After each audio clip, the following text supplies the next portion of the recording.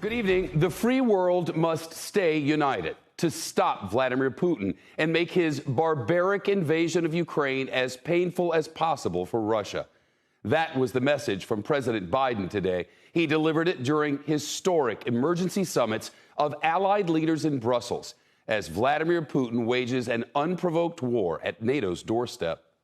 Today marks 1 month since Russia began its carnage in Ukraine, the brutal invasion of Ukraine. The single most important thing is for us to stay unified and the world continue to focus on what a brute this guy is, and all the innocent people's lives are being lost and ruined. The president announcing even more sanctions to punish Moscow as the Russian economy spirals. Mr. Biden also vowing to respond in kind if Putin uses chemical weapons in Ukraine. He did not spell out what the U.S. and NATO response might look like. Today, the Ukrainian president, Volodymyr Zelenskyy, accused Russia of using phosphorus bombs in Ukraine. Now, technically, white phosphorus is not considered a banned chemical weapon, but intentionally using it on civilians would be a war crime. Phosphorus is notorious for causing horrific injuries. It burns human flesh, sometimes down to the bone. As war rages, the Ukrainians are fighting back in a big way now. Look at this. Today we saw what could be the most stunning blow to the Russian war machine yet. The Ukrainians say they destroyed a Russian warship while it was docked at a port that the Russians occupied. Here it is, erupting like a volcano. You can see that other ships there were next to it. They pulled up anchor and sailed away from the burning wreck. One of those ships is also on fire. The Ukrainians say it was the same landing ship seen here. Russian state media broadcast video of it just days ago as it offloaded armored vehicles at that same port. The Ukrainian military mockingly thanked the Russian correspondent for his report on the ship's location. The destroyed ship was docked near the besieged and devastated city of Mariupol in southern Ukraine. New drone video shows hundreds of people waiting in long lines. Look at this. They just want food and humanitarian aid. You can see the charred, hulking ruins of apartment buildings in the background. We have team coverage tonight.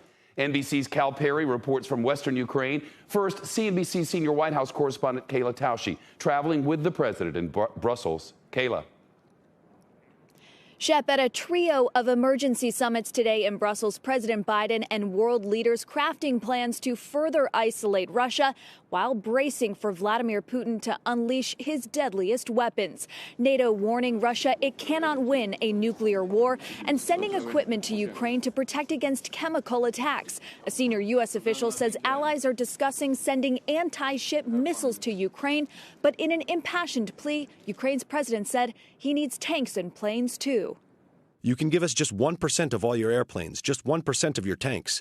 We cannot simply buy it. Such shipment depends on NATO decisions, political decisions, volley fire systems, anti-ship weapons, air defense systems. How can we survive this war without such equipment? Western allies remain committed to fighting the battle on the economic front. Biden wants to boot Russia from the G20, the G7 countries blocking the Kremlin from tapping its stash of gold, estimated to be worth more than $100 billion, to salvage its currency. A top Biden aide says Putin is propping up the Russian stock market, calling today's partial reopening after a month-long closure a charade. The U.S. today joining Europe in sanctioning all Russian lawmakers, the chief of its largest bank, and more than 40 state-owned defense companies. President Biden says the West will not stop until Putin does. The maintenance of sanctions, the increasing the pain, and the demonstration why I asked for this NATO meeting today is to be sure that after a month, we will sustain what we're doing, not just next month, the following month, but for the remainder of this entire year. That's what will stop him. As Europe tries to accelerate a move away from Russian energy, European Commission President Ursula von der Leyen tomorrow will ask President Biden for enough natural gas to cover the next 2 winters. After that meeting, President Biden will head to Poland, where he'll visit the frigid front lines for millions of Ukrainian refugees. Shep?